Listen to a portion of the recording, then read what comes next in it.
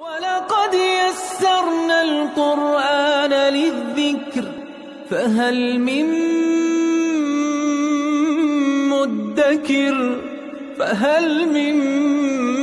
مُدَّكِرٍ اعوذ باللہ من الشیطان الرجیم بسم اللہ الرحمن الرحیم الحمد للہ رب العالمین وصلی اللہ علی سیدنا و نبینا ابی القاسم المصطفى محمد وعلى آلہ الطیبین الطاہرین المعصومین اما بعد اعوذ باللہ من الشیطان الرجیم بسم اللہ الرحمن الرحیم ان الذین کفروا سواء علیہم اانذرتہم ام لم تنذرہم لا یؤمنون صدق اللہ العلی العظیم۔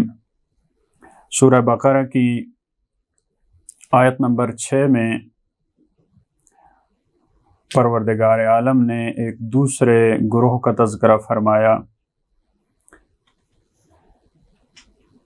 اجمالی طور پہ اس بات کا جاننا ضروری ہے کہ سورہ بقرہ کے آغاز میں پروردگار عالم نے 3 گروہوں کا تذکرہ فرمایا ہے۔ سب سے پہلے متقین کا، جن کی آیات کی تفسیر گزر چکی۔ اب آیت نمبر 6 میں دوسرے گروہ کا تذکرہ ہے، جن کا ان الذین کفروا سے پروردگار عالم نے تعارف فرمایا، یہ کفار کا گروہ ہے، اور تیسرا گروہ جس کا تذکرہ بعد میں آئے گا وہ منافقین کا گروہ ہے۔ اور یہ 3 قسم کے افراد ہر معاشرے میں، ہر زمانے میں موجود ہوتے ہیں۔ قرآن کریم نے ان کی علامتیں، ان کی نشانیاں، ان کی خصوصیات بڑے بہترین انداز میں بیان کی ہیں۔ دوسرا گروہ ان الذین کفروا، یہ وہ لوگ ہیں جنہوں نے انکار کیا۔ کفروا کفر سے ہے، کافرین، کفار، یہ سارے اسی فیملی کے الفاظ ہیں۔ کفر انکار کو کہتے ہیں اور چھپانے کو کہتے ہیں۔ جو حقائق کا انکار کرے اس کو کافر کہتے ہیں، یا جو حق کو چھپا دے اس کو کافر کہتے ہیں۔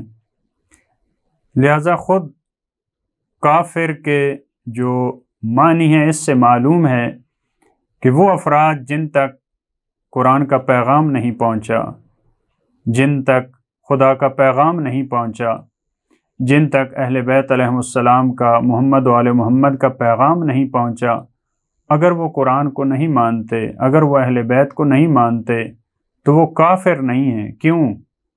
کیونکہ کافر وہ ہوتا ہے جو انکار کرتا ہے۔ انکار وہ کرتا ہے جس کے پاس میسج پہنچتا ہے، جو سمجھے اس کے بعد انکار کرے۔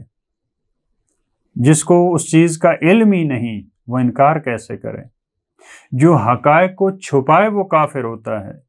تو جس کو حقیقت کا علم ہی نہیں ہے، اس نے حقیقت کو کیسے چھپانا ہے؟ لہٰذا اس بات کی طرف ہمیں متوجہ رہنا ہے کہ ایسا نہیں ہے کہ جو افراد مسلمان نہیں ہیں وہ سب کے سب کافر ہیں، ایسا نہیں ہے۔ ممکن ہے وہ اپنی فطری چیزوں پہ جو ان تک میسج پہنچا ہے وہ اس کو دین کا میسج سمجھ کر اس پہ عمل کر رہے ہیں اور ان کی نجات ہو جائے، لیکن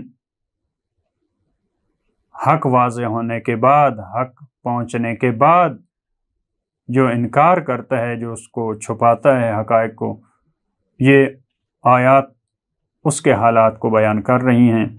ان الذین کفروا سواء علیہم اانذرتہم ام لم تنذرہم لا یؤمنون، یہ لوگ، یقیناً یہ لوگ جنہوں نے انکار کیا، جنہوں نے حقائق پہ پردہ ڈالا، برابر ہے آپ ان کو متنبہ کریں یا نہ کریں، آپ ان کو آگاہ کریں۔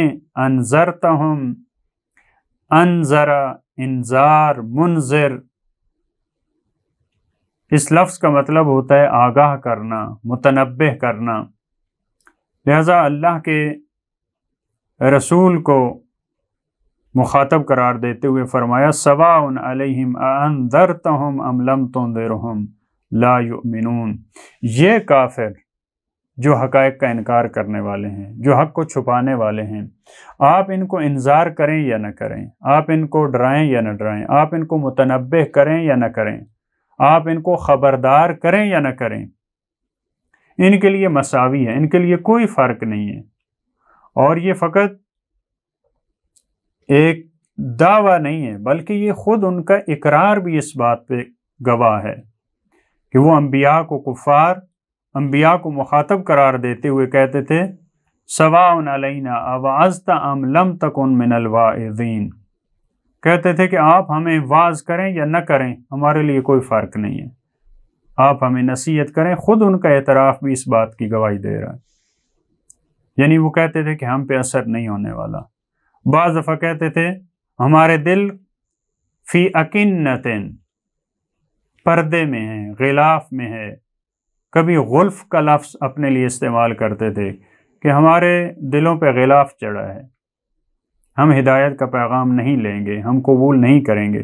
لہٰذا یہ ان افراد کی بات ہو رہی ہے کہ آپ ان کو آگاہ کریں یا نہ کریں، لا یؤمنون، یہ ایمان لانے والے نہیں ہیں۔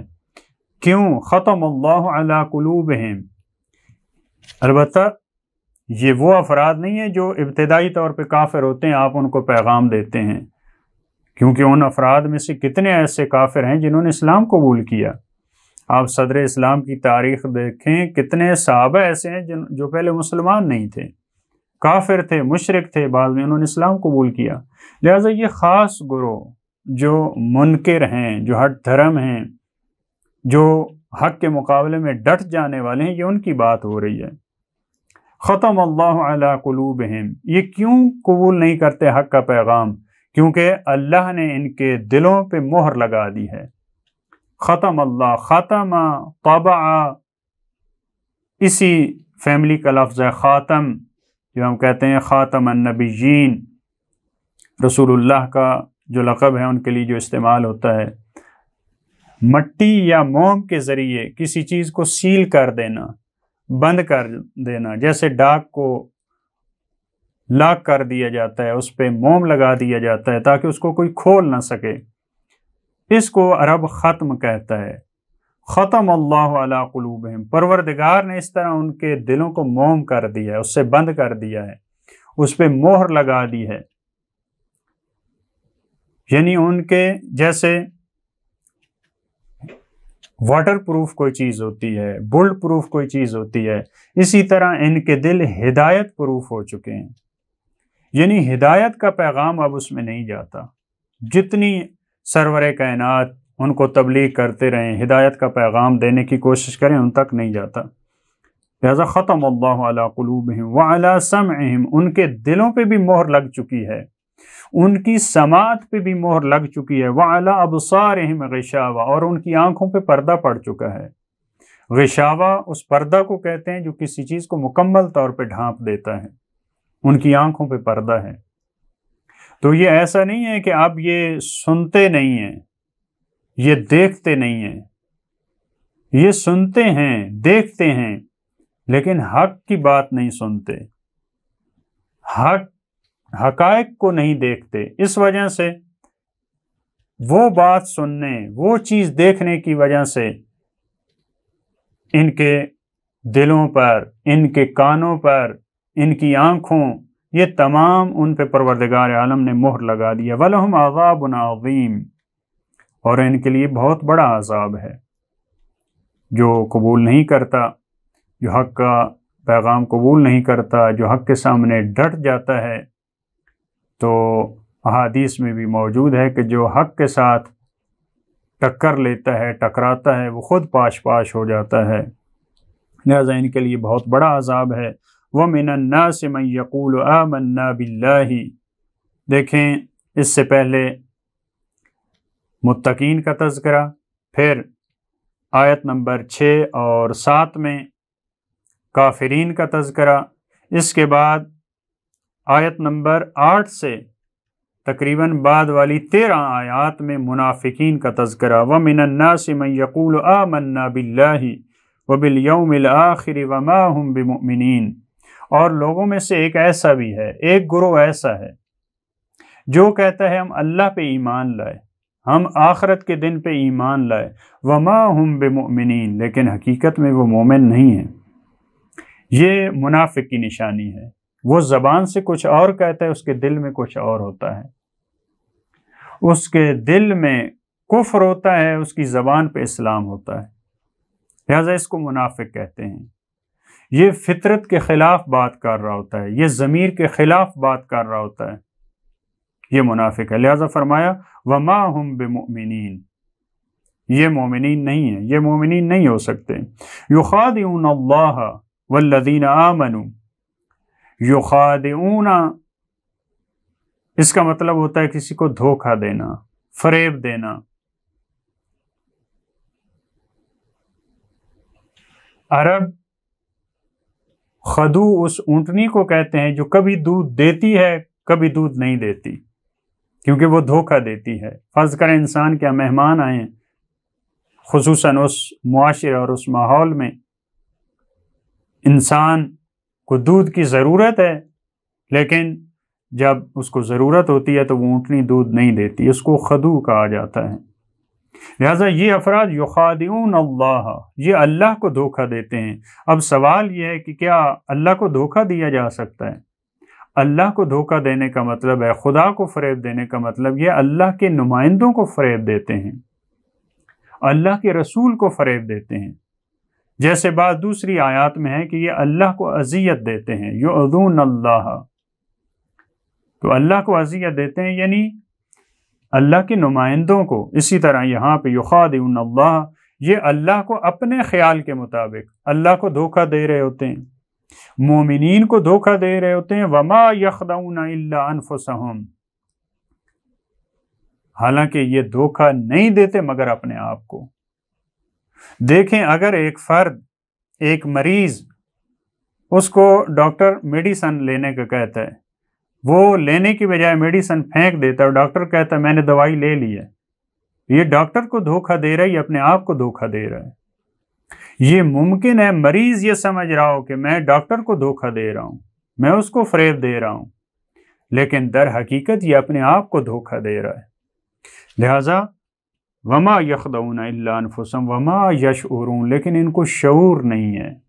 شعور کا لفظ شعر سے ہے، شعر بال کو کہتے ہیں۔ وما یشعرون یعنی یہ باریک بینی سے کام نہیں لیتے، ان کی نگاہ دقیق نہیں ہے، یہ دقت نظر سے یہ نہیں دیکھ رہے، لہٰذا اس وجہ سے یہ اپنے حساب میں غلطی کر رہے ہیں۔ یہ سمجھ رہے ہیں کہ ہم اللہ کو دھوکہ دے رہے ہیں، ہم مومنین کو دھوکہ دے رہے ہیں، حالانکہ یہ اپنے آپ کو دھوکہ دے رہے ہیں۔